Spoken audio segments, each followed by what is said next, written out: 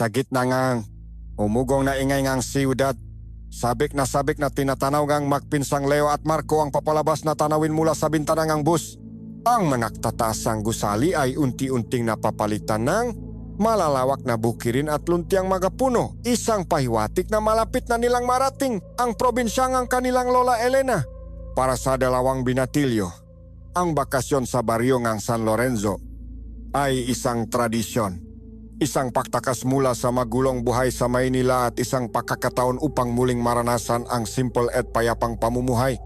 Malapit na tayo, Kuya Leo. Bulong ni Marco na hindi may tago ang pananabik sa kanyang boses. Siguradong nahihintay na si Lola na may dalang masarap na merienda.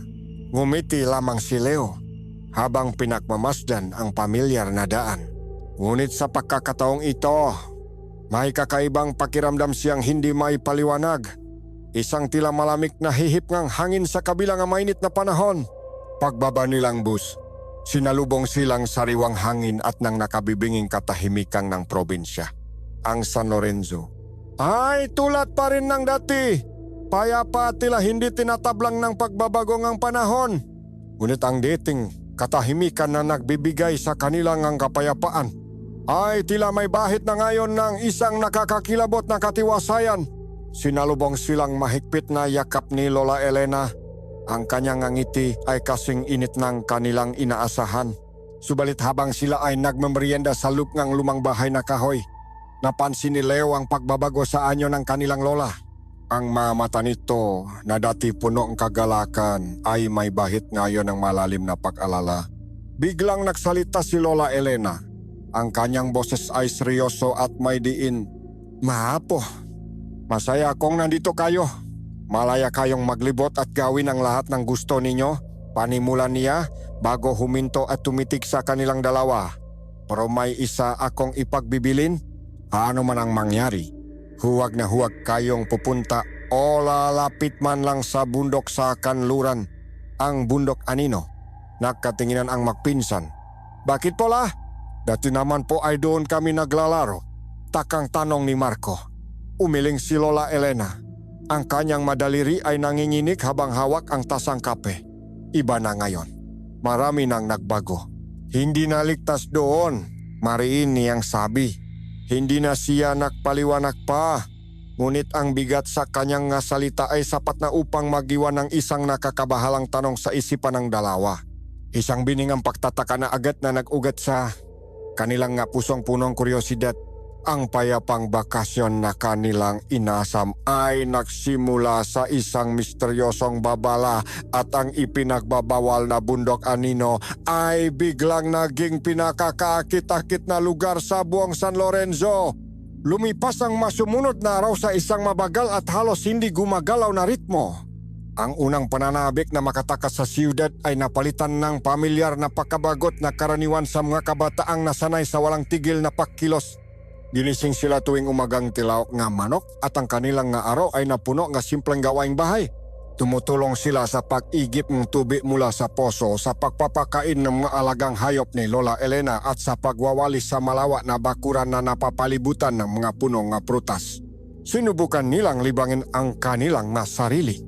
Binalikan nila ang luma nilang nga takpuan. Ngunit ang mga ito ay tila lumit at nawalang ang dating salamangka. Ang dating paborito nilang palaruan sa plaza ay kinalawang na at ang ilok na dati puno ang tawanan nga bata ay ngayoy tahimik at halos walang tao. Kuya Leo, sigurado ka bang wala na tayong ibang mapupuntahan? Reklamo ni Marco isang hapon habang nakaupo sila sa isang mahabang bangkong kawayan sa ilalim ng puno ng mangga. Parang nanunot lang tayo ang damo na humahaba. Kahit anong gawin natin, parang wala namang nangyayari. Naunawaan ni Leo ang pinanggagalingan ng kanyang pinsan. Ramdam din niya ang tilapakilan ng oras na halos hindi umuusat. Ang katahimikan ng probinsya na dati kanilang hinahanap-hanap ay unti-unti nang nagiging isang mabigat na kumot na pumipigil sa kanilang pahinga. Magtiis ka na lang muna, Marco. Ganito talaga dito.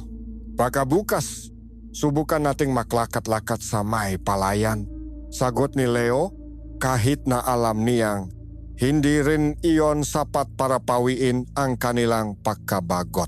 Sa kanilang pag-usap, Hindi sinasadyang napadako ang tingin ni Marco sa isang malayong anyo na natatanaw mula sa kanilang bakuran ay isang bundok na nababalutan ng manipis na ulap at tila may sariling dilim kahit na sa sikat ng araw. Iyon ang bundok Anino. Alam mo, kuya, biglang sabi ni Marco, may bagong kislap sa kanyang mamata. Kung gusto nating adventure, bakit hindi natin subukang akyatin iyon? Agad na umiling si Leo. Naalala ang babalang kanilang lola. Huwag mo ngang isipin iyan. Narinig mo si Lola. Delikado raw dun. Delikado? O baka naman ayaw lang niya tayong mapagot. Pang-asar ni Marco. Ano bang pwedeng mangyari? Baka may mga magagandang tanawin sa itaas. Bago pa man makasagot si Leo, tinawag na sila ni Lola Elena para sa hapunan. Ang hapagkainan ay puno. Nga paborito nilang lutong bahay. Ngunit ang usapan ay hindi naging masaya. Tila naramdaman ni Lola Elena ang kanilang pagkainip at sa gitna ng kanilang pagkain, muli niyang binuksan ang paksa tungkol sa ipinagbabawal na bundok.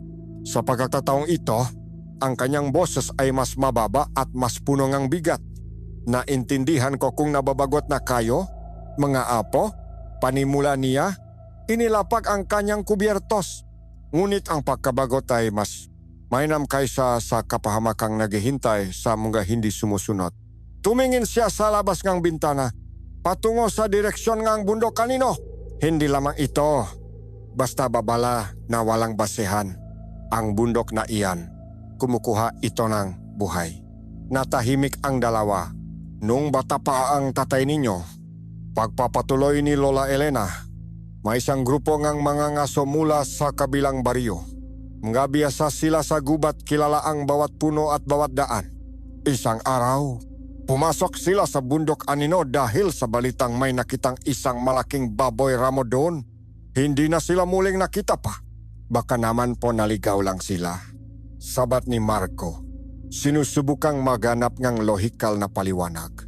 O baka may nakasagupa silang mabangis na hayop.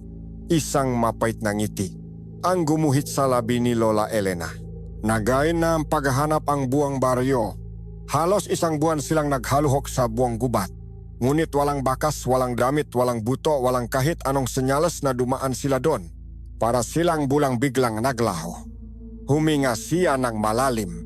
Sabi nga matatanda, ang kanto at lamang lupa sa bundok na iyon ay hindi gustong tagalabas. Pinaglalaruan nila ang isipan ngang sinumang mga has na pumasok. Ikutin ka nila hanggang sa malimutan mo kung sino ka at kung saan ka galing hanggang sa maging bahagi ka na lang ang gubat. Ang kwento ay nag-iwan ng malamig na pakiramdam sa silid. Hindi na ito isang simpleng babala. Ito ay isang kwento ang kababalahan na may bigat ng katotohanan. Si Marco ay hindi na umimik. Ngunit sa kanyang mukha ay mababasa ang pag-alinlangan na may kahalong takot. Si Leo naman ay tahimik lang na nakikinig. Ngunit hindi ang kwento ang nagpatindik ng kanyang balahibo, kundi ang nakita niya sa kanyang lola. Nakita niya ang hindi may kakailang takot sa mamata nito. Isang takot na nagmumula sa isang personal at masakit na karanasan. Naintindihan niyang hindi ito isang simpleng alamat para sa kanya. Nang gabing iyon, habang nakahiga na sila sa kanilang silid, sinira ni Marco ang katahimikan. Grabe si Lola makwento, ano? Parang eksena sa pelikula. Pero alam mo naman kuya, kwento lang iyon. Baka para lang takutin tayo para hindi tayo lumayo. Hindi sumagot si Leo. Tumayo siya at sumilip sa bintana. Sa dilim ng gabi, ang bundok Anino ay isang dambuhalang anino na tila nagmamasid sa buong baryo. Ang babalang ang kanyang lola ay umalingaw-ngaw sa kanyang isipan. Ngunit kasabay nito ay isang hindi may paliwanag na puwersang humihila sa kanya. Ang pagkabagot ay napalitan ng isang mapanganib na kuryosidad. At ang ipinagbabawal na lugar ay naging isang hamon na mahirap tanggihan. Ang tindingang sikat nga raw sa katanghalian ay tila isang nakbabagang kamay na yumayakap sa buong San Lorenzo na nagiging saning ang pakatuyo ng lupa at pagkapagot ng mga tao. Ang hangin ay hindi gumagalaw at ang tanging maririnig ay ang walang tigil na huning ang kuliglik dahil sa hindi na matis na init Nakpasya ang makpinsan na takasan ang nakapapasong panahon at hanapin ang lamik ng pamilyar na ilok. Ang daan patungo ron ay isang makitid na landas na halos natatakpan ng maligaw na damo at begging. Bawat hakbang nila ay lumilikang kaluskos sa mga tuyong dahon. Isang tuno na pamilyar sa kanilang kabataan. Ito ang daan ng kanilang magapakikipagsapalaran noon. Ngunit ngayon, ang bawat anino ng mga naglalakihang puno ay tila may itinatagong hiwaga. Sa wakas, malapit na tayo. Ramdam mo na ba ang lamig? Sabi ni Marco na pinupunasan ang pawis sa kanyang noo. Hindi ko na kaya nginit sa bahay ni Lola. Parang nasa loop tayo ng oven. Nakarating sila sa isang maliit na kung saan ang tubig ng ilok ay payapa at malinaw. Napapaligiran ng malalaking batong makinis at natatabingan ng mamayabong na sangang isang matandang punong balete. Isang perpektong lugar para magtampisaw at magpalamig. Handa na sana silang magunahan sa pagtalon sa tubig nang bigla silang natigilan. Isang malambing na himig, isang halos hindi marinig na pag-awit ang umabot sa kanilang pandinig. Hindi ito tunog ng ibon-ong hangin. Ito ay boses ng isang tao. Maingat silang sumilip sa pagitan ng halaman at doon. Sa gitna ng malinaw na tubig ay isang pangitay na tila hinugot mula sa isang panaginip. Isang babae. Nakalubok ang kanyang katawan hanggang sa balikat. At ang kanyang napakahabang buhok na kasing itim ng hating gabi ay nakalutang sa tubig na parang sutla. Ang kanyang balat ay sobrang puti. Tila hindi pa nasisikat ang araw. At kumikinang ito sa sinangang liwanag na tumatagos sa mga dahon. Ang bawat galaw niya ay mabagal at punong grasya. Na parabang siya ay isang tunay na diwatang ang ilok na iyon. Si Marco ay napatanga. Ang kanyang bibig ay bahagyang nakabukas at ang kanyang mata ay nanlalaki sa pagkamangha. Kuya, bulong niya. Halos hindi humihinga. Totoo ba itong nakikita ko? Sino siya? Si Leo man ay hindi makapaniwala. Ang ganda ng babae ay hindi pangkaraniwan, halos perpekto na nakakabahala. Ngunit sa ilalim ng pahanga, may isang malamig na kuryente na gumapang sa kanyang likuran. Habang si Marco ay lubusang nabiyani, si Leo ay nakaramdam ng isang hindi may paliwanag na panganib. May mali sa eksanang ito. Bakit tila ang buong paligid ay naging sobrang tahimik? Bakit parang tumigil sa pag-awit ang nga ibon? Hindi sinasadyang napaka ni Marco ang isang tuyong sanga na lumihang isang malutong na tuno sa katahimikan. Dahan-dahang lumingon ang babae sa kanilang direksyon. Ang kanyang mukha ay perpekto. May mga matang malalim at nangungusap, ngunit hindi siya nagulat. Sa halip, isang malit na ngiti ang sumilay sa kanyang mga labi. Isang ngiti na tila naghihintay na parabang alam niyang naroon sila sa simula pa lang. Dahil sa hiya at pakabigla, lumabas na ang magpinsan mula sa kanilang pinagtataguan.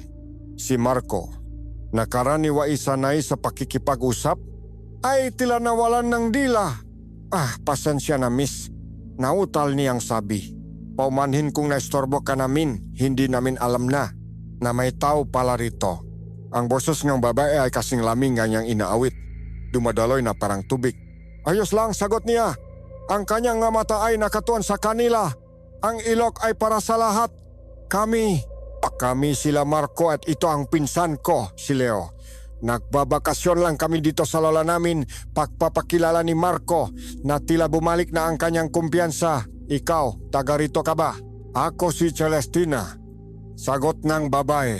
Hindi inaalis ang kanyang titik na tila tumatagos sa kanilang kaluluwa. Nakatira lang ako diyan sa malapit. Si Leo ay nanatiling tahimik.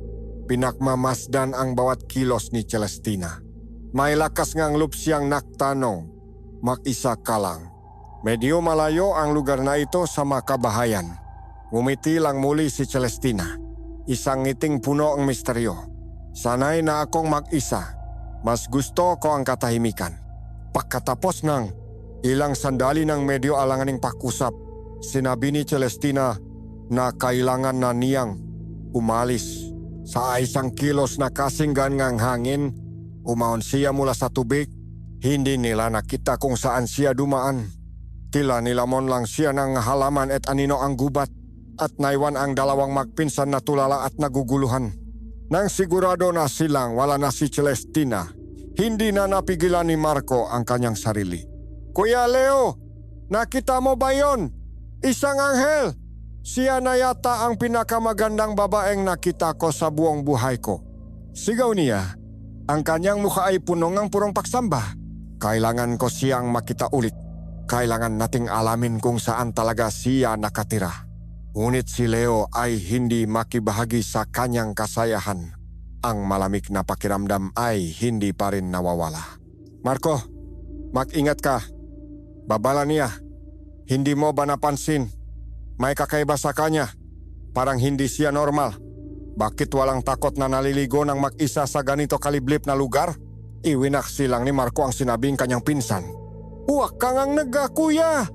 Baka sanay lang talaga siya. Minsan na nga lang tayo makakita ng ganitong kagandang nilalang, pinagdududahan mo pa. Baka torpe ka lang talaga. Nagpatuloy sila sa paglalakad pauwi. Ngunit ang kanilang maisipan ay nasa makaibang mundo. Si Marco ay lumulutang sa alapaap, nag-imbento ang senaryo kung paano niya muling makikita ang diwatang ilog. Si Leo naman ay binabagabag ng isang madilim na premonition, isang pakiramdam na ang kanilang pagtatakpo kay Celestina ay hindi isang simpleng pagkakataon, kundi ang simula ng isang bagay na mapanganib at hindi nila dapat pinasok. Kinabukasan, ang imahe ni Celestina ay hindi maalis sa isipan ni Marco. Ang kanyang karaniwang sigla ay napalitan ng isang balisang pananabi. Halos hindi siya kumain ng almusal at ang kanyang nga mata ay laging nakatuon sa bintana sa direksyon ng ilog. Si Leo, sa kabilang banda, ay nagising na may mabigat na pakiramdam. Ang panaginip niya ay puno ng malalamig na tubig at mga matang malalim na tila ng akit patungo sa kadiliman. Kuya, kailangan nating bumalik doon, sabi ni Marco habang nahuhugas silang mga plato. Ang kanyang boses ay determinado. Hihintayin natin siya. At sa oras na umalis siya, susundan natin siya. Kailangan nating malaman kung saan siya nakatira. Maring umiling si Leo. Tigilan mo na yan, Marco. Narinig mo ang sinabi ni Lola. Narinig mo ang kwento niya. Ang pagpunta nga lang sa ilog ay malapit na sa hangganan ng bundok. Ang pagsunod pa kaya sa isang taong hindi natin kilala. Pero paano kung hindi naman siya taga dun? Git ni Marco. Paano kung sa kabilang baryo lang siya nakatira at dinadaanan lang ang gubat? Hindi natin malalaman kung hindi natin susubukan. Huwag kang mag-alala. Mag-ingat tayo. Hindi tayo papasok sa bundok mismo. Sisilipin lang natin. Saka, aminin mo kuya, gusto mo rin siyang makita ulit, hindi ba? Ang huling tanong ni Marco ay tumama sa kahinaan ni Leo. Sa kabilang kanyang takot, hindi niya may kakaila ang sariling paganga sa mahiwagang ganda ni Celestina. Pumigay siya sa pangungulit ng pinsan na may kasamang isang kondisyon hanggang sa gilid lang ng gubat. Kapag pumasok na siya sa lugar na mukhang bahagi ng Bundo Anino, babalik na tayo. Pumayak si Marco. Bagamat sa isip niya ay handa siyang labagin ang anumang kasunduan. Muli silang naktungo sa ilog, ngunit sa pagkakataong ito, ang kanilang pakay ay hindi para maligo. Naktago sila sa siksik na mahalaman, sa isang lugar kung saan tanaw nila ang buong paliguan. Ang paghihintay ay isang pagsubok sa kanilang pasensya.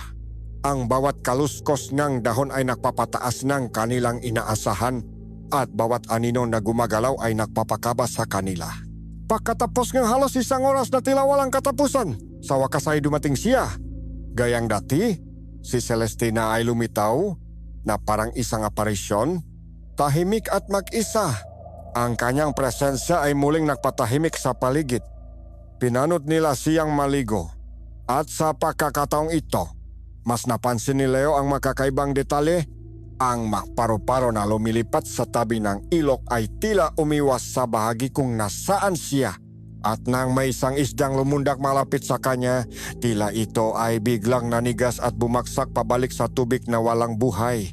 Ngunit si Marco ay bulak sa lahat ng ito. Ang tanging nakikita niya ay ang perpektong mukha at anyong galaga. Nang umahon si Celestina at magsimulang maglakad palayo, iyon na ang hudyat para sa kanila! Maingat silang gumalaw. Sinisigurong may sapat na distansya upang hindi sila mapansin. Pumasok si Celestina sa gubat, hindi sa pamilyar na landas na kanilang dinaanan, kundi sa isang bahaging masiksik at tila walang daan. Dito nagsimula ang kanilang paghihirap. Ang gubat na pamilyar sa kanila ay biglang nakiba nga anyo. Ang puno ay mas matatanda at mas malalaki. Ang kanilang nasanga ay nagsasalitan na parang magbutuhang kamay na humaharang sa sikat ngang araw. Ang lupa ay laging basa at maputik at ang hangin ay naging malamig at mabigat, may amoying nabubulok na madahon at halumigmig. Si Celestina ay gumagalaw ng may hindi kapani-paniwalang gaan. Tila lumulutang siya sa ibabaw ng mga ugat at bato. Hindi lumilikha ng kahit isang tunog. Samantala, ang magpinsan ay hirap na hirap. Ang bawat hakbang nila ay maingay. Ang sanga ay humahampas sa kanilang mukha. At ang matinik ay kumakapit sa kanilang madamit. Dahan-dahan ka, Marco, bulong ni Leo. Maririnig ka niya. Ngunit si Celestina ay hindi kailanman lumingon. Nagpatuloy lang siya sa kanyang direksyon na parabang alam niyang walang sinuman ang posibleng makasunod sa kanya. Habang palalim sila ng palalim sa gubat, lumakas ang pakiramdam ni Leo na sila ay minamasid. Tila ang bawat puno ay may mata at ang bawat anino ay may hininga. Narinig niya ang boses ni Lola Elena sa kanyang isipan. Isang paulit-ulit na babala na sinisikap niyang isantabi. Pagkatapos ng mahabang paglalakad, narating nila ang isang maliit na espasyo kung saan bahagyang tumatagos ang liwanag. At doon, nakita nila ito. Nakasandal sa isang malaking puno ay isang tablang ang kahoy na halos kinay ng panahon at mga baging. Ngunit sa kabilang galumaan, malinaw pa rin ang masalitang inukit dito. Masalitang nagpatigil sa pagtibok ng kanilang mapuso. Ipinagbabawal ang pagpasok. Sino mang pumasok ay hindi na makakalabas ng buhay. Napalunok si Marco. Sa unang pagkakataon, nakita ni Leo ang pagkaalinlangan sa mukhang kanyang pinsan. Kuya, ito na siguro ang sinasabi ni Lola. Sinabi ko na sa iyo, Marco, kailangan na nating bumalik. Maring sabi ni Leo, hinawakan ang braso ng pinsan. Ngunit bago pa sila makatalikot, nakita nila ang anino ni Celestina na nawawala sa likod ng isa pang hanay ng mapuno sa unahan. Ang pag-alinlangan ni Marco ay agad na napalitan ng dati niyang determinasyon. Hindi, kuya. Sayang naman. Nandito na tayo. Konti na lang. Sigurado ako. Pakiusap niya. Titignan lang natin kung saan siya pupunta. Tapos aalis na tayo kaagad. Pangako. Sa kabilang niyang pagtutol ng kanyang isipan, nakpatalo muli si Leo. Sumunod sila. At ang bawat hakbang nila ngayon ay mas mabigat. Na parabang tinatapakan nila ang isang sagradong lugar na hindi para sa kanila. Ilang metro pa mula sa babala, natanaw nila ang isang-isa pang espasyo sa gitna ng gubat. At dun, nakatayo ang isang maliit na kubo. Gawa ito sa maitim at lumang kahoy. Ang bubong na pawit ay punong lumot at ang buong isura nito ay tila isinukang ang panahon. Walang ibang bahay sa paligid. Walang bakuran, walang anumang senyales normal na pamumuhay. Isang na isang kubo sa puso nga ipinagbabawal na bundok anino mula sa kanilang pinagtataguan. Kitang-kita nila nang walang alinlangan na pumasok si Celestina sa loob ng kubo at isinara ang pinto. Pagkatapos nun, ang tanging umiral ay ang nakabibinging katahimikan. Walang usok mula sa anumang lutuan. Walang ilaw mula sa bintana. Para itong isang bahing mapatay. Alam na nila kung saan nakatira ang diwatang ilok. Ngunit ang kaalamang iyon ay hindi nagdulot ng kasiyahan kundi ng isang malalim at gumagapang na takot. Mabilis silang tumalikot at halos takbuhin ang daan pabalik. Hindi na alintana ang nga sugat mula sa mga sanga at tinik. Ang tanging nasa isip nila ay ang makalayo sa lugar na iyon. Nang sa wakas ay marating nila ang pamilyar na bahaging gubat, huminto sila para habulin ang kanilang hininga. Nagtagumpay sila sa kanilang misyon. Ngunit sa kanilang paglaba sa nag-iisang bilin ng kanilang lola at sa pagtapa nila sa aninong bundok, naramdaman ni Leo na may binuksan silang isang pinto na hindi na nila kailanman may sasara. Ang pag-alis nila mula sa kinatatayuan ng kubo ay mabilis at puno ng adrenaline. Ang tanging nasa isip nila ay ang makalayo, Ang takasan ang malamig na presensya ng lugar na iyon. Ngunit ang gubat na kanilang pinasok ay tila ayaw na silang pakawalan. Ang pamilyar na daan pabalik na kanilang tinandan ay biglang naglaho sa bawat direksyon na kanilang tignan. Ang tanging nakikita nila ay isang walang katapusang pader ng makakakabit na mga puno at siksik na mga baging. Ang sikat ng araw na kanina ay tumatagos pa sa mga dahon ay tila hinigop ng kadiliman. Ang paglubog na araw sa loob ng bundok kanino ay mas mabilis, mas marahas. Ang maanino ay humaba at kumapal na nagaanyong nga nakakatakot na nilalang na tila nagmamasid sa bawat galaw nila. Biglang, ang lahat ng tunong ang gubat ay nawala. Wala ng huni ng kuliglig, wala ng awit ng ibon. Ang tanging naririnig nila ay ang sarili nilang malakas na paghinga at ang dumadagundong na tibok ng kanilang mapuso sa kanilang matahinga. At sa gitna ng nakabibinging katahimikan, nagsimula ang magkakatwang tunok. Isang mahinang hagigik ng isang bata ang tila nang gagaling sa kanilang likuran. Isang kaluskos ng tuyong dahon na parabang may mabigat na humahakbang papalapit. At ang pinakakilabot sa lahat, nga bulong na dalang angin, nga bulong na tila bumibikas nga kanilang nga pangalan. Leo, Marco, Kuya, naririnig mo ba yon? Nanginginig na tanong ni Marco. Ang kanyang dating katapangan ay tuluyan ng naglaho at napalitan ng purong takot. May ibang tao dito. Nagpatuloy sila sa paglalakat, sinusubukang hanapin ang anumang pamilyar na tanda. Ngunit pagkatapos ng ilang minutong paglalakat, bumalik sila sa isang pamilyar na lugar, isang malaking puno na nabiyak ng kidlat. Teka, sabi ni Leo, dito na tayo dumaan kanina. Sinubukan nila ang ibang direksyon. Mas mabilis ang kanilang mga hakbang. Ngunit muli, pagkatapos ng ilang sandali, natakpuan nila ang kanilang sarili sa harap ng parehong puno. Paulit-ulit, doon nila naintindihan. Hindi sila simpleng naliligaw. Sila ay pinaglalaruan. Kuya, hindi na tayo makakaalis dito. Sigaw ni Marco. Malapit ng mapayak. Umiikot-ikot lang tayo. Ang gubat sa kanilang paligid ay tila nabuhay. Pakiramdam ni Leo. Ang nga puno ay nagbabago ngang pwesto upang lituhin sila. Ang nga landas ay naglalaho sa kanilang harapan. At ang buong kagubatan ay humihinga na parang isang dambuhalang halimaw na nagagalak sa kanilang paghihirap. Sa gitna ng kanyang lumalaking gulat, isang alaala mula sa kanyang pagkabataang biglang pumasok sa isipan ni Leo. Isang kwento na madalas ikwento sa kanya ni Lola Elena kapag hindi siya makatulog. Kapag nililigaw ka nga hindi nakikita, sabi nga alaala ng boses ng kanyang lola. Kapag ang daan ay paulit-ulit at ang paligid ay nag-iiba, may isang paraan para makawala. Balik ta rin mo ang suot mong damit. Marco, makinig ka. Sigaw ni Leo. Hinawakan ang nangingini na balikat ng pinsan. Baliktarin mo ang t-shirt mo. Ngayon na. Ano? Anong gagawin nun? Naguguluhang tanong ni Marco. Basta gawin mo na lang. Desperado at walang ibang pagpipilian. Hinubad ng dalawa ang kanilang mga t-shirt sa gitna ng madilim na gubat at isinuot itong muli ng baliktad. Isang kilos ng pagsuko sa lohika at pagyakap sa sinaunang paniniwala. At sa isang iglap tila may nagbago. Ang mabigat na pakiramdam sa hangin ay gumaan. Ang nabulong ay tumigil. At sa kanilang harapan, kung saan kanina'y pader lang ang halaman, ay may isang manipis na landas na lumitaw. Kasabay nito, narinig nila ang isang pamilyar na tunok sa di kalayuan ang agos ng tubig mula sa ilog. Tila ang mahika na bumihag sa kanila ay nabasag.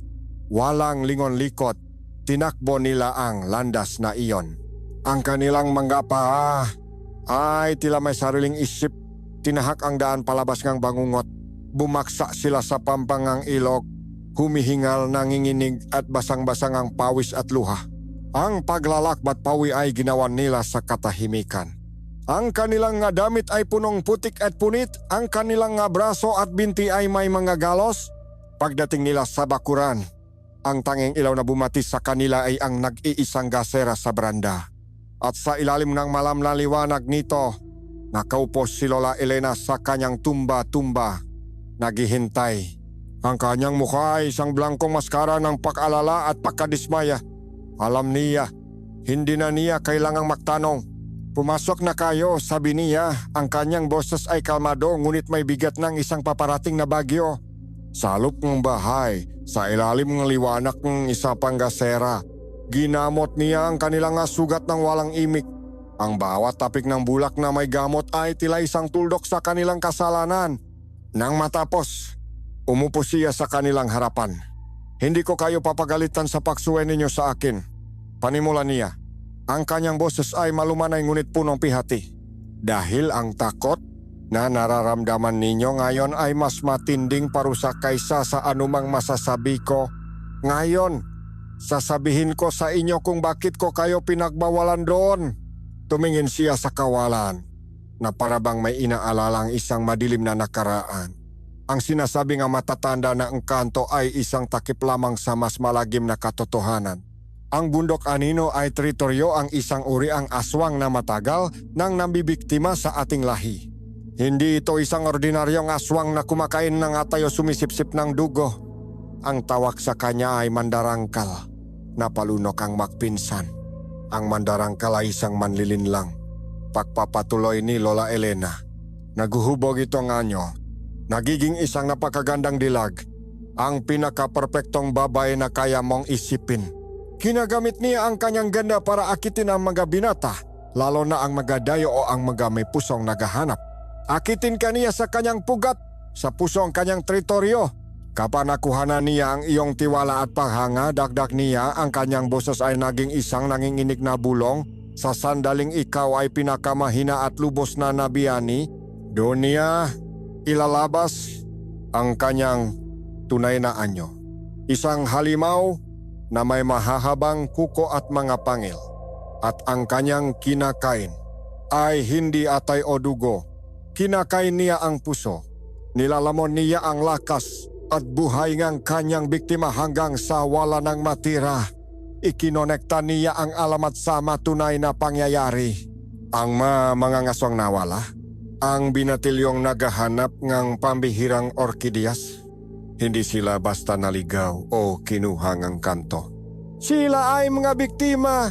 Sa sandaling iyon, ang lahat ay nagkaroon ng kahulugan. Ang hindi makatotohanang ganda ni Celestina, ang pagiging mag-isa niya sa ilok, ang kubo sa gitna ng wala, ang kanilang sariling pagkahumaling. Ang mukha ni Marco ay namutla na parang papo habang si Leo ay nakaramdam ng pagkahilo.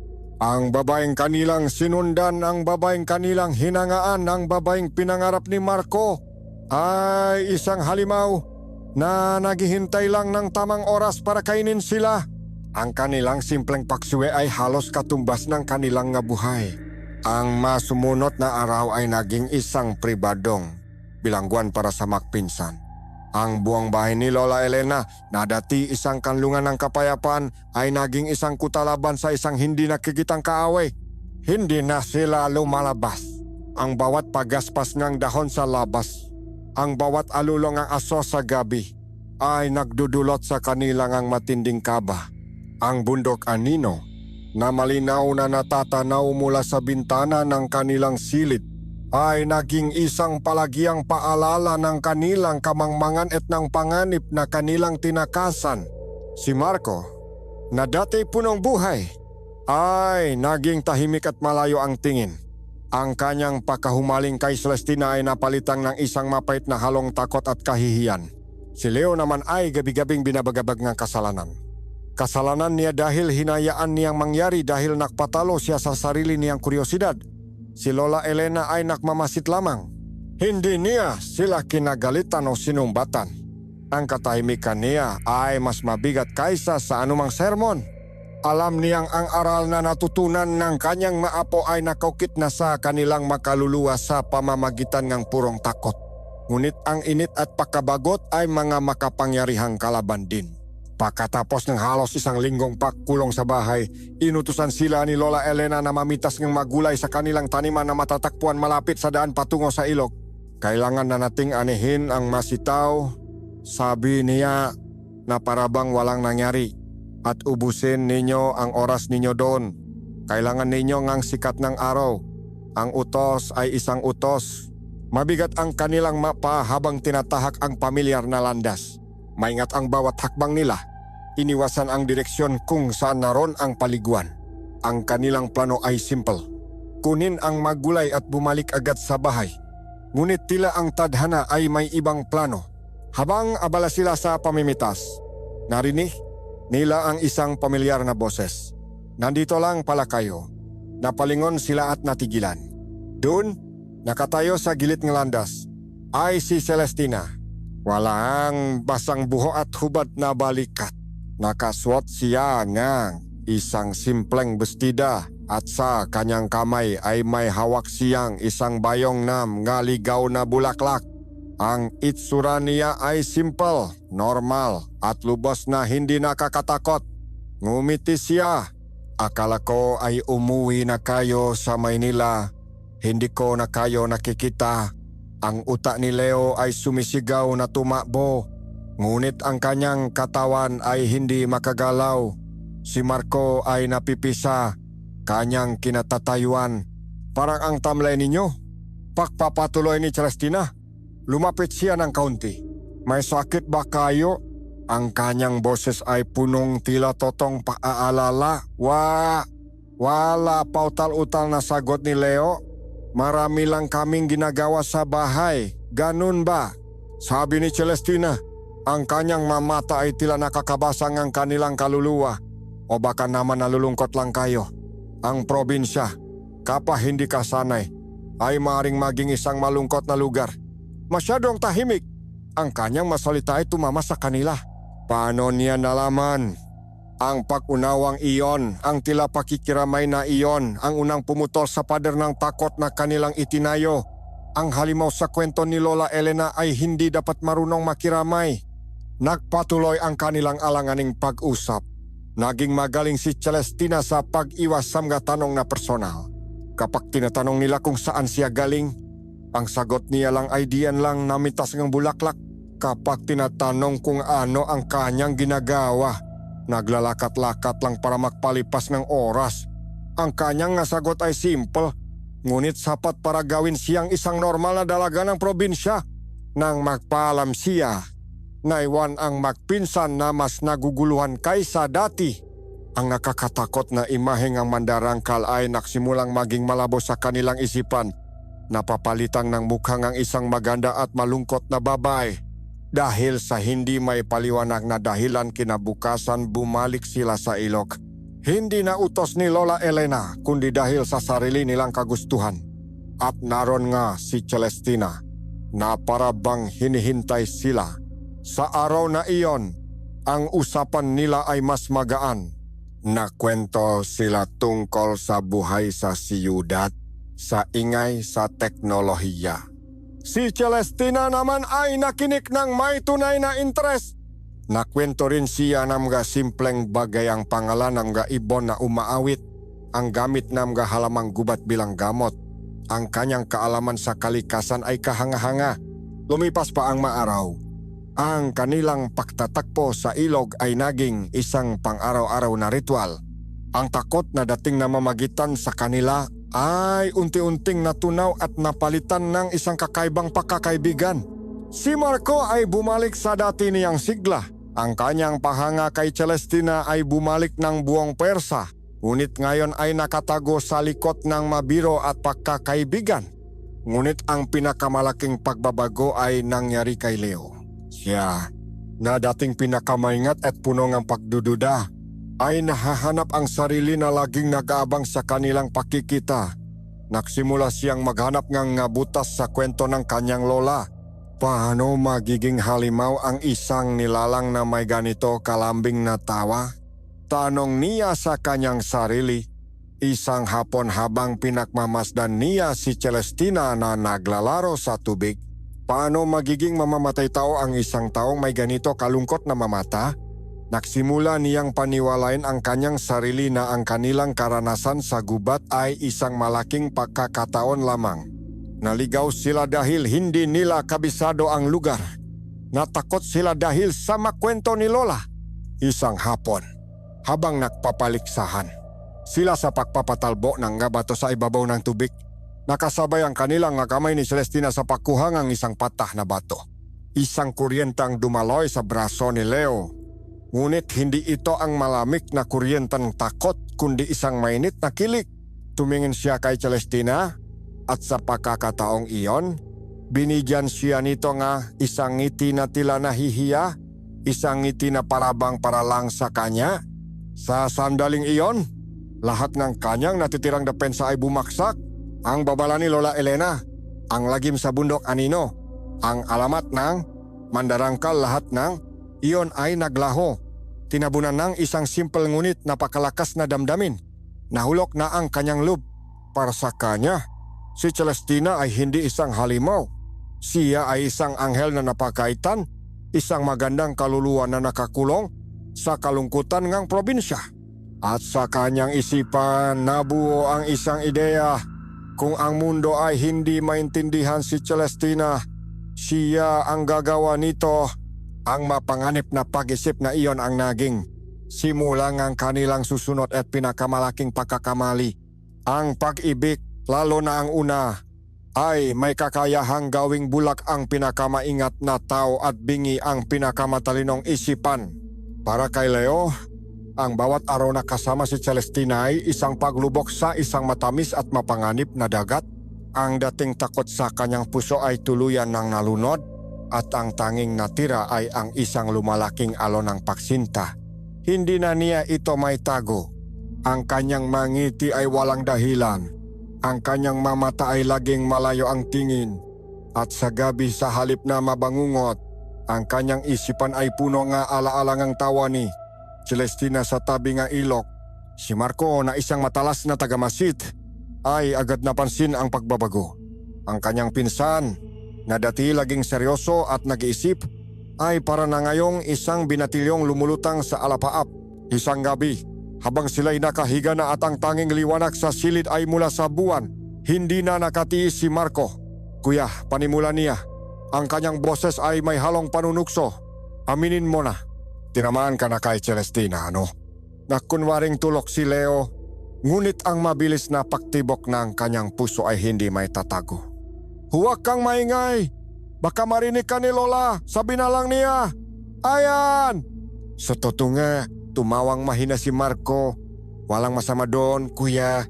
Pero anong plano mo? Hindi naman pwedeng hanggang tinginan at kwentuhan na lang kayo sa ilok habang buhay. Kailangan mong gumawa ng isang bagay na espesyal. Iyon ang tanong na umiikot din sa isipan ni Leo. Ano nga ba ang susunod? Paano niya may paparamdam sa isang dalagang tila hiwalay sa mundo ang tunay niyang nararamdaman? Ewan ko, aminado ni Leo. Hindi ako sanay sa maganito. Simple lang yan, sabi ni Marco, na biglang naging isang eksperto sa pag-ibig. Kailangan mo isang malaking gesture. Isang bagay na hindi niya malilimutan. Isang bagay na tradisyonal at romantiko. Nag-isip sila. Ang pagbibigay ng regalo ay tila simple. Ang pagsulat ng liham ay tila luma. At doon, sa gitna ng kanilang pag-iisip, isang maliwanag na ideyang pumasok sa isip ni Marco. Alam ko na! Bulong niya ng may pananabik. Haranahin mo siya! Ang salitang harana ay may dalang bigat at kahulugan. Hindi ito simpleng pag-awit. Ito ay isang matapang na deklarasyon. Isang pag-akyat ng ligaw sa tahanan ng dalaga sa ilalim ng kalangitan ng gabi na may kasamang gitara at isang pusong handang tumanggap ng anumang sagot. Nabaliw ka na ba? Agad na sagot ni Leo. Nahihiya ako. Saka, saan ako kukuhang gitara? At isa pa, ang pinakamalaking problema, saan natin siya hahanapin? Lahat yan may solusyon. Sagot ni Marco, punong kumpiyansa. May lumang gitara si Tito sa bodega, di ba? Pwede nating hiramin. Ang kanta, madali lang yan. Ituturo ko sa iyo yung maklasik. Ngunit ang huling tanong ni Leo ay nanatiling nakabitin sa hangin. Saan? Ang sagot ay pareho nilang alam. Isang sagot na nagpabigat sa masayang usapan. Ang bahay niya, ang kubo sa gitnang bundok anino. Marco, imposible yan, sabi ni Leo. Ang kanyang boses ay halos pabulong na. Alam mo kung nasaan ang bahay niya. Ipinangako natin kay Lola na hindi na tayo babalik dun. Ang dating takot ay bumalik ng sandali. Isang malamig na anino na gumapang sa kanilang silid. Ngunit si Marco, na ngayon ay buo na ang loop sa kanilang romantikong misyon, ay hindi nakpatinag. "Kuya, pakinggan mo ako," sabi niya. "Mas seryoso na ngayon, iba na ngayon. Hindi na tayo basta papasok dahil sa kuryosidad. Pupunta tayo doon dahil sa pag-ibig. Mas makapangyarihan yon. Gabi tayo pupunta. Tulog na si Lola. Dahan-dahan tayong alis at babalik. Kakantahan mo lang siya sa labas ng bintana niya. Hindi na natin kailangang pumasok sa bahay. Isipin mo na lang ang magiging reaksyon niya, kuya." Sa gitna ng kalungkutan niya, may isang taong handang sungin ang gabi para lang awitan siya. Ang masalita ni Marco ay parang isang gayuma. Isipin ang reaksyon ni Celestina. Iyon ang nagtulak kay Leo. Ang ideya na siya ang magiging liwanag sa tila malungkot na buhay nga. Dalaga ay isang napakatamis na kaisipan. Nagsimula siyang bumuoeng mga dahilan sa kanyang isip para pangatwiranan ang kanilang gagawin. Na ang kanilang dating karanasan ay isang pagkakataon lang. Na ang pag-ibig ay isang kalasag laban sa anumang panganib. Na ang isang dalisay na nga rin ay hindi maring magdulot ng kapahamakan. Kinabukasan, hinanap nila ang lumang gitara. Nakatago ito sa isang sulok ng bodega. Nababalutan ng alikabok at sapot ng gagamba. Nilinis nila ito. Inayos ang mga kulubot na kuwerdas at tinono. Ang tunok na lumabas dito ay lumang ngunit buo. Puno nga alaala. Sa mga sumunod na araw, ang kanilang lihim na ritual ay ang pag-eensayo. Sa gabi, kapa sigurado na silang tulok na ang kanilang lola. Dahan-dahang tinutok-tok ni Leo ang gitara habang itinuturo ni Marco ang isang lumang kundiman. Isang awit ng wagas na paksinta. Ang bawat nota at bawat salita ay nagiging isang panata. Para kay Leo, hindi na ito isang simpleng kanta. Ito na ang kanyang magiging mensahe. Sa huling gabi bago ang kanilang itinakdang araw, nakatayo si Leo sa tabingang bintana. Hawak ang gitara. Tinanaw niya ang bundok anino na ngayon ay hindi na isang lugar ng takot kundi isang hamon, isang destinasyon. "Sigurado ka na ba dito, kuya?" tanong ni Marco na nakatayo sa kanyang likuran. Huminga ng malalim si Leo. Ang pag-alinlangan ay naron pa rin. Isang mali na tinik sa likod ngang kanyang isipan. Ngunit ang imahe ng nakangiting muka ni Celestina ay mas malakas. "Oo," sagot niya. Ang kanyang boses ay matatak para sa kanya. Nakpasya na sila. Ang kanilang pag-ibig o ang akala nilang pag-ibig ang kanilang naging gabay. At sa kanilang pagpili na sundin ang kanilang mapuso. Hindi nila alam na tinatahak nila ang isang landas na diretso patungo sa isang bitak na matagal nang inihanda para sa kanila. Ang paghihintay na makatulok si Lola Elena ay isang uri ngang torture. Bawat kaluskos nga sahit na kawayan, bawat pagubo mula sa silit na matanda, ay nakpapatigil sa kanilang pahinga. Si Leo ay mahigpit na nakahawak sa lumang gitara.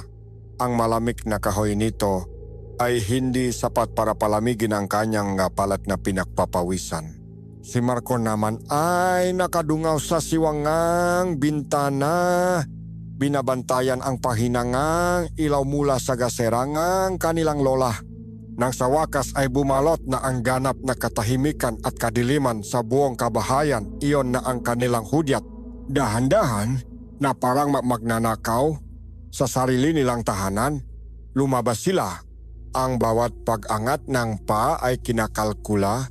Ang pagbukas ng pinto ay ginawa nila ng may sukdulang pag-iingat at ang mahinang langit-ngit nito ay umalingaw-ngaw sa kanilang matainga na parang isang sigaw. Paglabas nila, sinalubong sila ng malamig na hangin gabi. Ang pamilyar na bakuran ay nagibang ang anyo sa ilalim ng liwanag ng buwan. Ang anino ng puno ng mangga ay humaba at naging parang mga kamay na nagbabantang sunggaban sila. Nagsimula silang maglakad, palayo sa seguridad ng bahay at palusong sa kadilimang naghihintay. Ang daan patungo sa bundok anino sa ilalim ng gabi ay isang ibang mundo. Kung sa umaga, ang gubat ay punong buhay at kulay. Sa gabi, ito ay isang kaharian ng maanino at nakakabahalang katahimikan. Ang dating awit na mga kuliglik ay napalitan ng isang nakabibinging kawalan. Maging ang hangin ay tila tumigil sa paghinga. Tanging ang tuno na kanilang maiyabak sa tuyong dahon ang sumisira sa katahimikan. Isang tuno na napakalakas at tila nagbubunya ng kanilang presensya sa sinumang nakikinig. Kuya, ang tahimik, bulong ni Marco. Ang kanyang boses ay nanginginig ng bahagya. Hindi na siya ang masiglang pinsan na nakplano ng lahat. Siya ngayon ay isang batang naliligaw sa dilim. Hindi sumagot si Leo. Ang kanyang buong atensyon ay nakatuon sa daan at sa lumalaking takot sa loob ng kanyang dibdib. Ang gitara na kanyang pasan ay hindi na isang instrumento ng pag-ibig, kundi isang mabigat na testamento ng kanilang kahangalan. Bawat puno na kanilang madaanan ay tila isang nakatayong bantay. Ang mga baging na nakasabit sa mga sanga ay parang mga bitag na naghihintay. Sa bawat saglit, pakiramdam nila ay may mga matang nakamasit sa kanila mula sa pinakapusod ng kadiliman. May mga pagkataong napapahinto sila dahil sa isang kaluskos o sa isang aninong tila gumalaw sa gilid ng kanilang paningin. Ngunit wala silang nakikita. Ang kawalan ng anumang senyales ng buhay ang mas lalong nagpatindi ng kanilang takot habang papalapit sila sa kanilang destinasyon. Ang hangin ay lalong lumamig at naging mabigat. May dalang amoy ng basang lupa at nabubulok na kahoy, isang amoy na parang hininga ng isang libingan. Ang kanta para kay Celestina na kanina ay paulit-ulit sa isipan ni Leo ay unti-unti nang nabubura na papalitan ng mga nakakatakot na imahe mula sa kwento ng kanyang lola. Ngunit huli na ang lahat. Narating nila ang maliit na espasyo sa gitna ng gubat kung saan nakatayo ang kubo. Sa dilim ng gabi, ang kubo ay isang solidong itim na hugis. Isang butas sa kumikinang na mga bituin sa kalangitan. Walang ilaw, walang tunok. Walang anumang tanda na may nakatira dito. Mukha itong isang puntot na gawa sa kahoy. Parang walang tao, kuya, muling bulong ni Marco. Bumalik na tayo. Ngunit si Leo ay hindi na makakilos pabalik. Ang pag-ibig, kahit na ito'y maling akala, ay may sariling katigasan ng ulo. Inisip niya na baka natutulok na si Celestina na mas maganda para sa kanyang sorpresa. Hindi, maring sagot ni Leo. Pinipilit na maging matatag ang kanyang boses. Nandito na tayo. Tatapusin na natin ito. Humakbang siya palapit sa kubo. Iniwan si Marco na nanginginig sa likuran. Maingat niyang inilapak ang gitara at huminga ng malalim. Pinapakalma ang kanyang kumakabang dibdib. Pumwesto siya sa tapat ng maliit na bintana. Itinaas ang kanyang daliri sa mga kuwerdas. Handa nang simulan ang unang nota ng kanyang awit. Iyon na sana ang pinakaromantikong sandali ng kanyang buhay. Ngunit bago pa man niya makalabit ang unang kwerdas, bago pa man makalabas ang unang salita sa kanyang bibig, ang nakabibinging katahimikan ay biglang nabasag. Hindi ito isang sigaw o isang ingay. Ito ay isang sabay-sabay na kaluskos mula sa lahat ng direksyon. Mula sa likod ng bawat puno, mula sa bawat madilim na sulok ng gubat. Nga anino ay humiwalay at gumalaw. Mabilis, napakabilis. Bago pa sila makasigaw, dinambahan na si Marco mula sa likuran ng isang mabigat na nilalang na nagpabagsak sa kanya sa lupa ng walang kalaban-laban.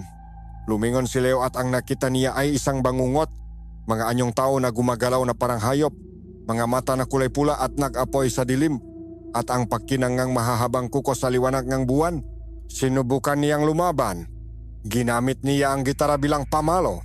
Iwinasiwas ito sa unang anino na lumapit sa kanya.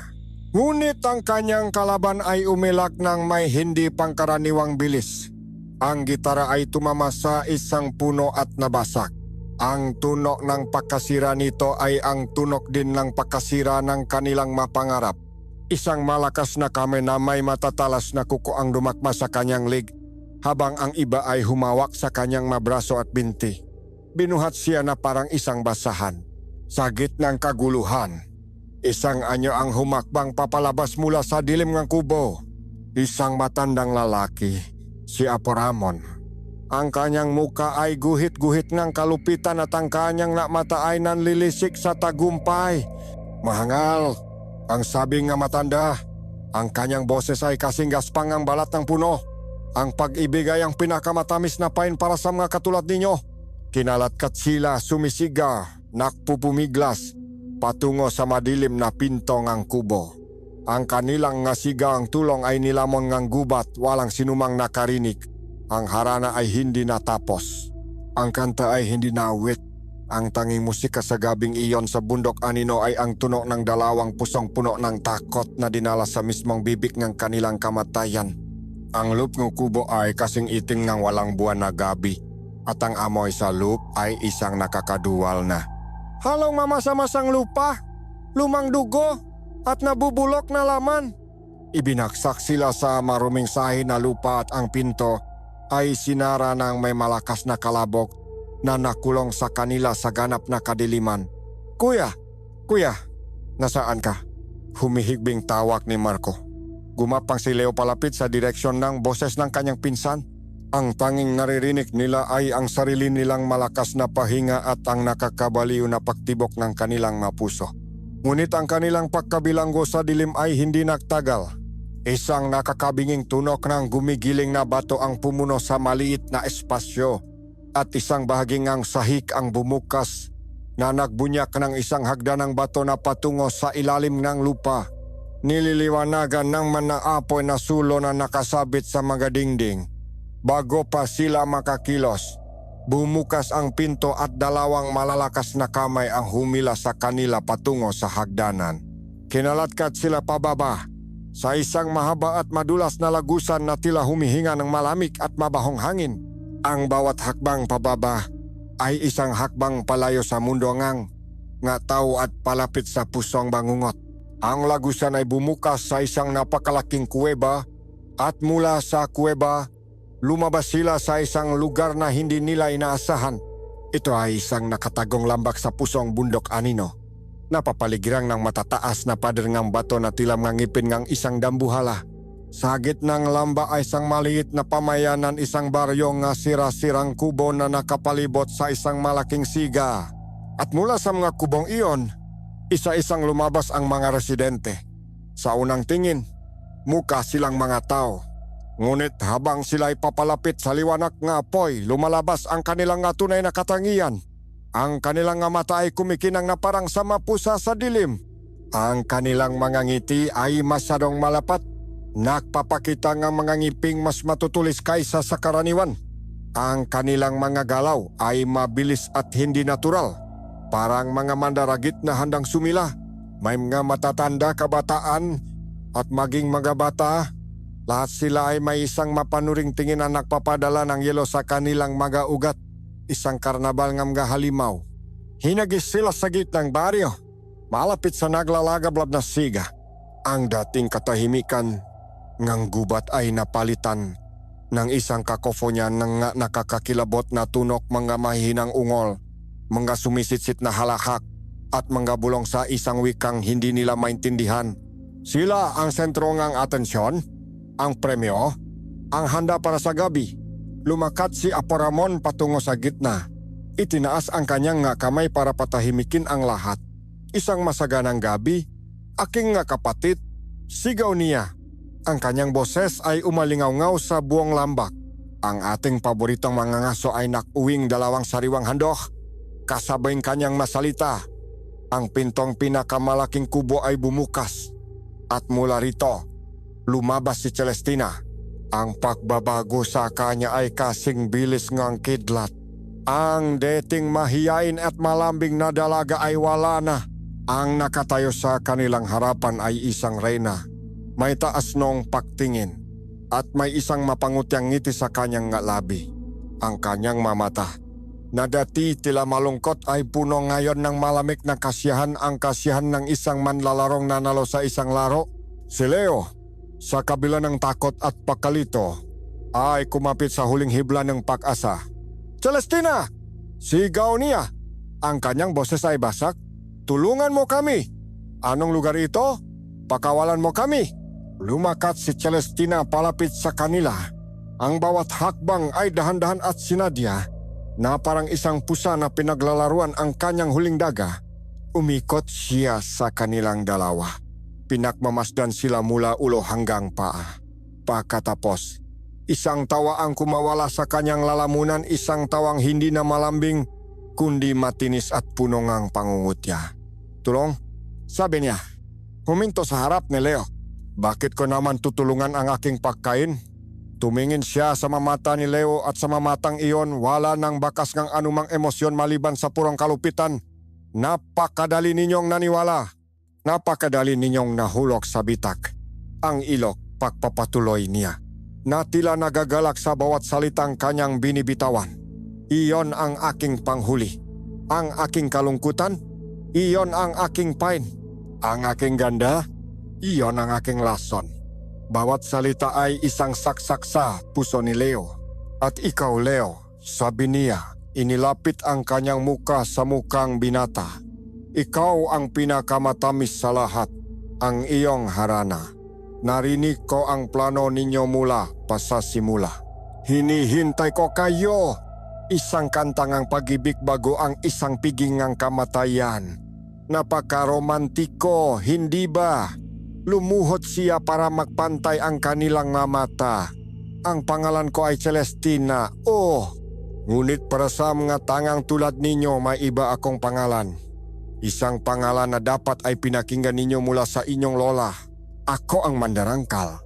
Ang salitang iyon ay tumama sa kanila na parang isang malaking bato. Ang alamat ay Totu. Ang halimaw ay Totu.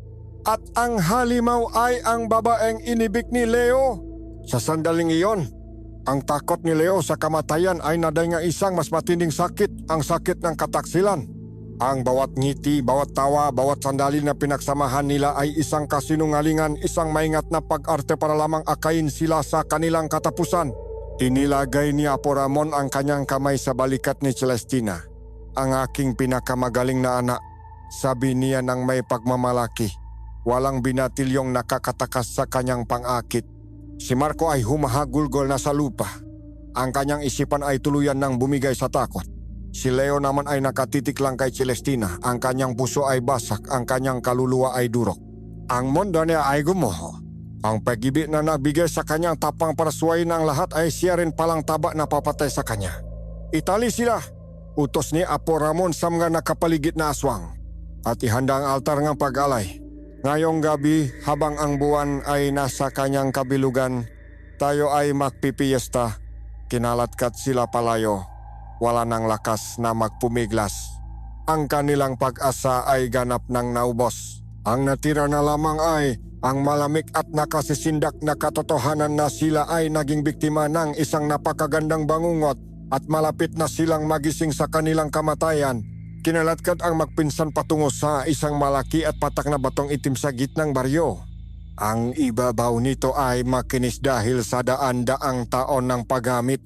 Ngunit may mga permanenteng mansa ng kadiliman na hindi na matanggal ngang ulan o panahon. Sa gilid ngang bato ay may mga nakahanay na gamit, mga kalawanging ita, mga patalim na gawa sa matutulis na buto at magawit na pangkabik ng laman. Ito ang kanilang altar, ito ang kanilang katayan. Ang aswang ay nasa estadong kaguluhan. Isang masayang pag-abang sa paparating na piging. Sila ay sumasayaw sa paligid ng siga. Ang kanilang anino ay humahaba at nagiging parang mga demonyo. Ang kanilang maungol at hagikgik ay lumilihkang isang nakapangingilabot na musika para sa ritual ng kamatayan. Si Marco ay wala na sa sarili. Ang kanyang mata ay punong luha at ang kanyang katawan ay nanginginin ng walang tigil. Si Leo naman ay nasa isang estado ng pagkatulala. Ang sakit ng kataksilan ni Celestina ay mas matindi kaysa sa takot sa kamatayan.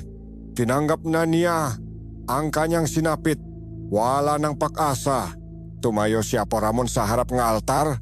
Iwinawasiwas ang isang malaki at kinakalawang na kutsilyo. Nagsimula siyang bumikas ng isang uri ng dasal sa kanilang wika, isang awit na puno ng kalupitan. Itinaas niya ang kutsilyo, handa ng ibaksak sa nakagapos na si Marco na unang inilagay sa ibabaw ng bato.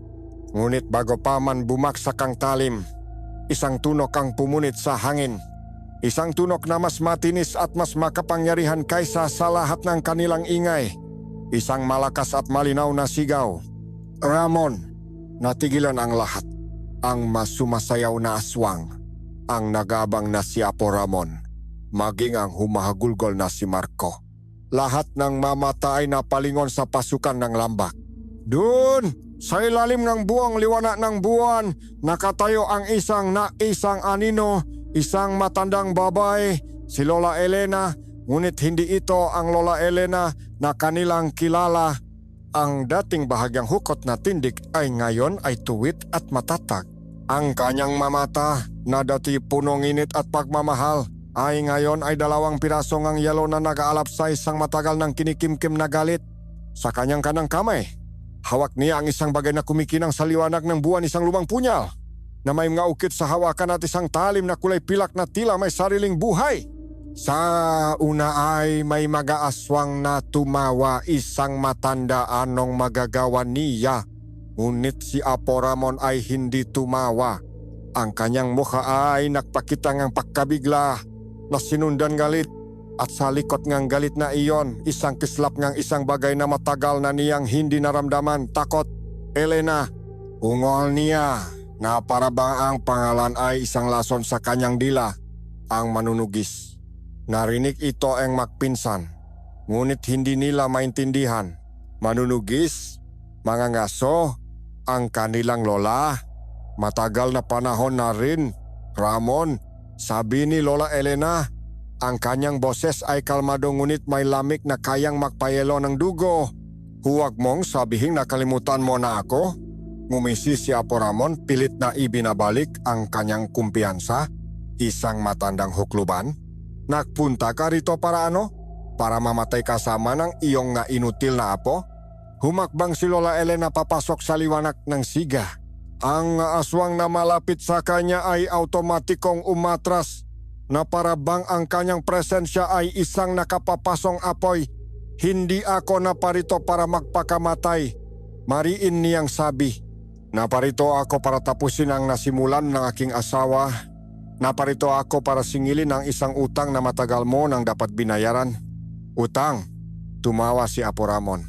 Wala akong utang sa'yo. Wala.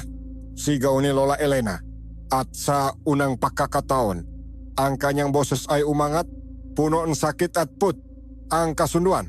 Mayroon tayong kasunduan. Hindi kami papasok sa iyong bundok at hindi kayo bababa sa aming baryo. Ngunit nilabak mo iyon, taksil ka. Ang masalita ay tumama sa maalaala ng magpinsan. Ang kwento ng pagkamatay ng kanilang lolo. Isang aksidente sa gubat, sabi ng kanilang ama. Isang kasinungalingan. Ang asawa ko, bakpapatuloy ni Lola Elena, itinuro ang punyal kay Ramon.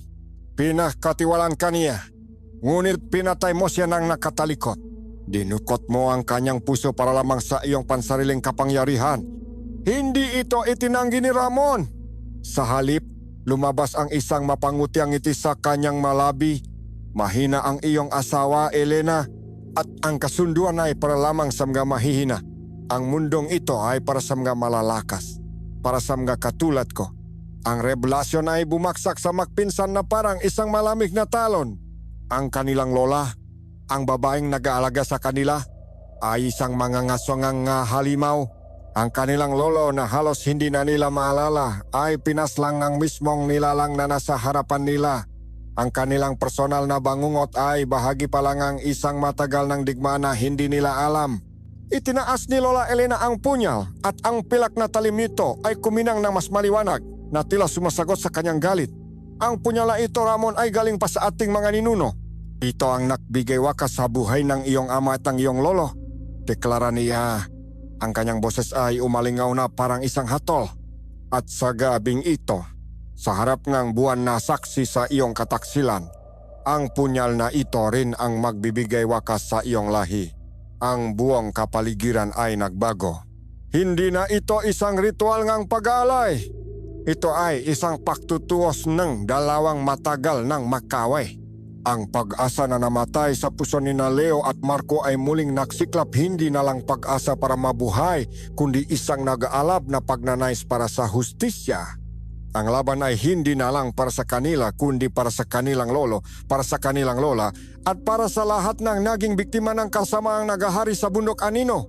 Isang nakabibinging sigaw mula kay Apo Ramon ang naging hudyat. "Sugod! Walang ititira! Kunin ang mapuson nila!" Ang buong lahing aswang na parabang isang alon ng kadiliman ay rumagasa patungo sa kanila.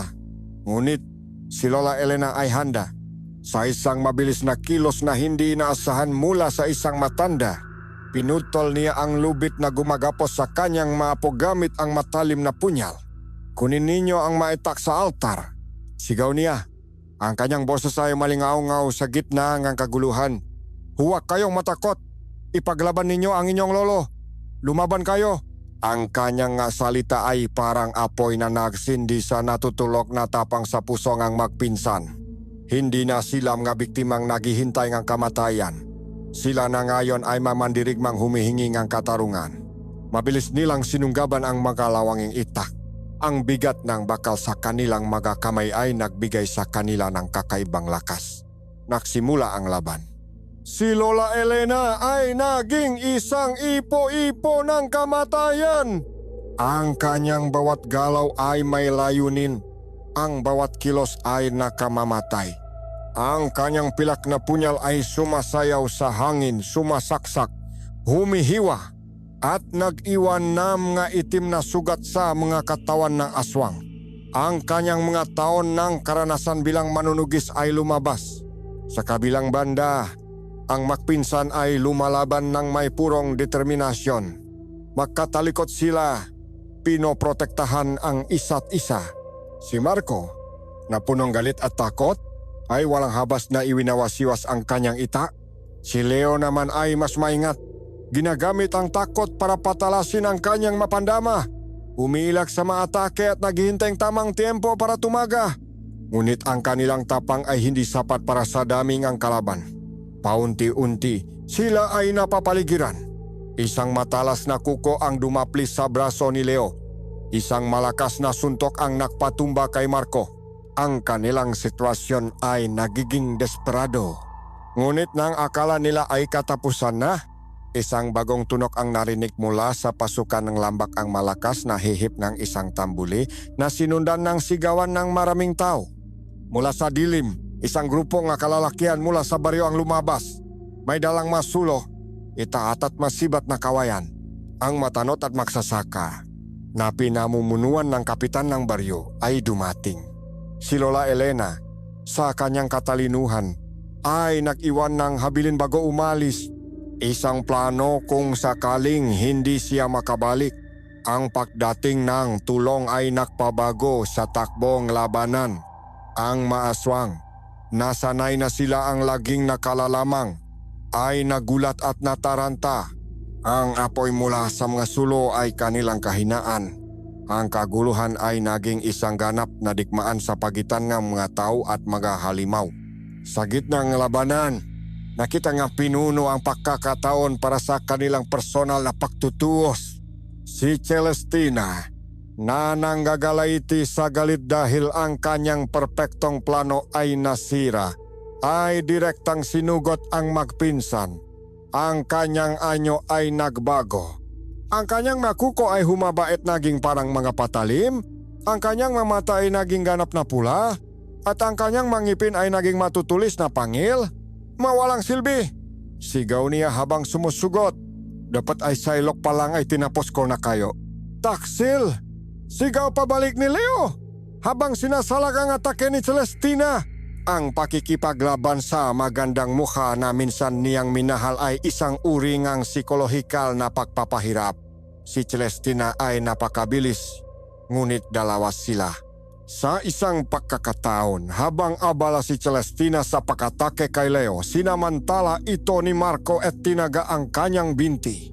Umikpaw si Celestina sa sakit at galit at sa paglingon niya kay Marco, iyon ang pagkakataong hinintay ni Leo. Buong lakas niyang iwinasiwas ang kanyang ita na tumama sa dibdib ng nagulat na aswang.